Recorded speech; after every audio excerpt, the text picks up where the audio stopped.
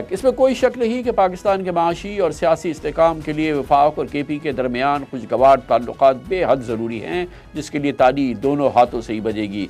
ताहम अभी हालात बहुत साजगार दिखाई नहीं दे रहे।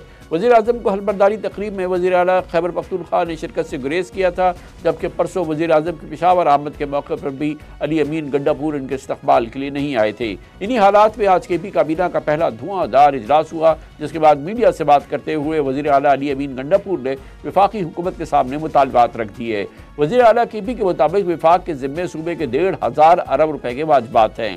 वफाक से के पी का हक हर सूरत लेके रहेंगे और हर कानूनी रास्ता इख्तियार करेंगे, ये कहना था अली अमीन गंडापुर का। इससे कबल कौमी असम्बली से खिताब में साबिक स्पीकर असद कैसर ने भी वफाकी हुकूमत से खैबर पख्तूनख्वा के लिए मुख्तलिफ फंड्स के अजरा का मुतालबा किया था और धमकी दी थी कि अगर सूबे का हक नहीं दिया गया तो किसी को हुकूमत नहीं करने देंगे। सूबाई काबीना के आज के इजलास में यकुम रमज़ान से सेहत कार्ड के तहत सूबे भर में मुफ्त इलाज की सहूलत बहाल करने का भी फैसला किया गया, जो पिछले 6 माह से 17.5 अरब रुपए की वाजिबात की अदम अदायगी की वजह से गैर फाल थी। ताहम इस हवाले से हुकूमत ने 5 अरब रुपए के फंड भी जारी कर दिए हैं। सेहत कार्ड की बहाली से तकरीबन 1 करोड़ 20 लाख खानदान मुस्तफीद हो सकेंगे।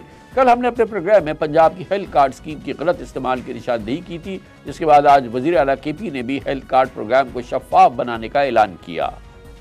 एक बड़ी कशमकश का माहौल है के पी और वफाकी हुकूमत के दरमियान, जो अब शुरू हुआ है और न जाने कब तक जारी रहेगा और इसमें कितनी शिद्दत आएगी। इस मौजू पर बात करते हैं। हमें ज्वाइन कर रहे हैं जनाब मुज़म्मिल असलम, मुशीर ख़जाना है खैबर पख्तूनख्वा हुकूमत के और आज की काबीना के इजलास में शरीक थे। मुज़म्मिल असलम साहब, बहुत बहुत शुक्रिया। ये बताइएगा कि माशी मामलात हों, ख़जाने के मामलात हों, उनको मैनेज करना हो या प्लान करना हो तो आई एम श्योर कि वो आपकी एक स्किल भी है, एजुकेशन भी है, एक्सपोजर भी है, उसमें तो आप काम कर सकते हैं। मगर ये तो एक जंग का सा समा है और जाहिर है कि जो के पी की हुकूमत और वफाक के दरमियान इस वक्त की जो बातचीत हम सुन रहे हैं, ये तो बहुत ही ज़्यादा तशवीश का मामला है।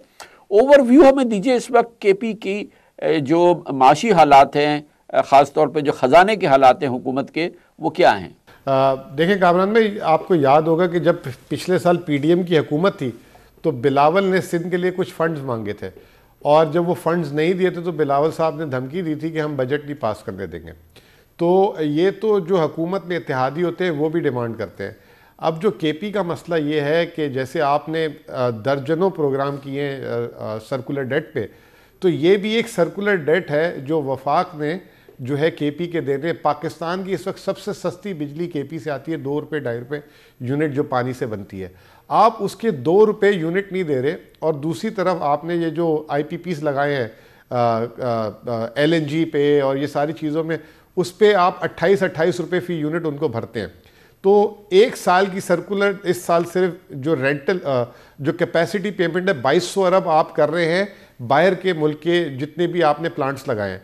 लेकिन दूसरी तरफ महीने का 4 से 5 अरब जो पाकिस्तान की सबसे सस्ती बिजली दे रहे हैं, और ये सिर्फ नहीं 30,000 मेगावाट बिजली का पोटेंशियल और है यहाँ पे जो सबसे सस्ती बन सकती है। आप उसके पैसे रोक के बैठे हुए तो वो बार बार मांग रहे हैं। पिछली हुकूमत में भी हमारे फाइनेंस मिनिस्टर तैमूर झगड़ा मांगते थे और ये 1991 से बैकलॉग है और ये कभी देना शुरू कर देते हैं, कभी एकदम रोक देते हैं पैसे। दूसरी तरफ आप ये देखें कि बिफोर फाटा मर्जर जो है खैबर पख्तूनख्वा का जो पॉपुलेशन में शेयर था 14.62% था। अब फाटा के बाद वो 19.6% हो गया। अब उसके फाटा को मर्ज कर दिया है। अब फाटा की जितनी तनख्वाहें उससे कम पैसे दे रहे हैं। तो ये अगर पैसे नहीं मिलेंगे तो सूबा कैसे चलेगा? ये बात आपकी सही है, मगर इसके लिए तो एक ही रास्ता है और एक ही तरीक़ाकार है, वो ये कि अदालतों का दरवाज़ा खटखटाएं, इस पूरे मामले को आप आला तरीन सतह पर अदालत में लेके जाएं, वहाँ पर इसको एजिटेट करें और इसका फ़ैसला लें। और यही एक तरीक़ा हो सकता है और मेरे ख्याल में कानूनी आइनी तरीक़ाकार सिर्फ यही है। तो इसको अडॉप्ट करें ना सबसे पहले और इस रास्ते पे चलें कि जो KP को हक़ नहीं मिल रहा या KP की हुकूमत को, ख़जाने को हक़ नहीं मिल रहा वफाक से, वो अदालत के ज़रिए हासिल करें ना। कामरान भाई, ये आपको मज़े की बात बताऊं कि ये जो है वफाक एग्री करती है कि ये पैसे देने हैं, डिसएग्री नहीं कर रही, लेकिन पेमेंट नहीं कर रही। ये डिस्प्यूट नहीं है। एक होता है ना डिस्प्यूट कि आप कह रहे हो कि मेरे इतने आपने अरब देने हैं, वो सामने वाला कहे कि नहीं मैं आपके नहीं बनते। वो इस चीज़ को एग्री कर रही है लेकिन उसकी पेमेंट रिलीज नहीं कर रही। अब उसके लिए आपने जो बात बोली है, मेरा अपना ख्याल ये है कि अगर ये चीज़ नहीं होगी तो फिर ये मामला वाकई में अदालतों में जाएगा और अदालतों के थ्रू फिर बात की जाएगी।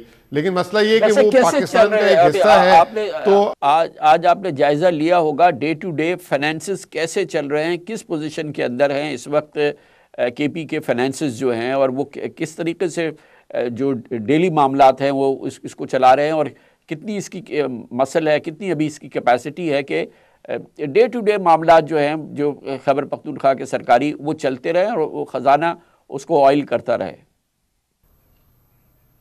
देखें, डे टू डे मामलात जो हैं इस फिस्कल ईयर के अभी तक बेहतरीन चल रहे हैं और इंशाल्लाह ताला जो सरप्लस देना है वफाक को उसके करीब करीब भी जाएगा। लेकिन ये जो है अपने पेट पे पत्थर बांध के जो है सूबा चल रहा है। जो डेवलपमेंट फंड है उसको रिलीज़ नहीं कर पा रहे क्योंकि ये जो नेट हेडल रेवेन्यू है, ये जो है रेवेन्यूज़ है वो नहीं आ रहे और दूसरी चीज़ें नहीं आ रही, तो पेट पे पत्थर बांधा हुआ है। बहुत सारी चीज़ों पे कट लगाया हुआ है और बहुत सारी जिसे कहते हैं कि पोजीशंस में जहाँ हायरिंग होनी है उसको भी फ्री, अभी अली अमीन साहब ने फ्रीज कर दिया है।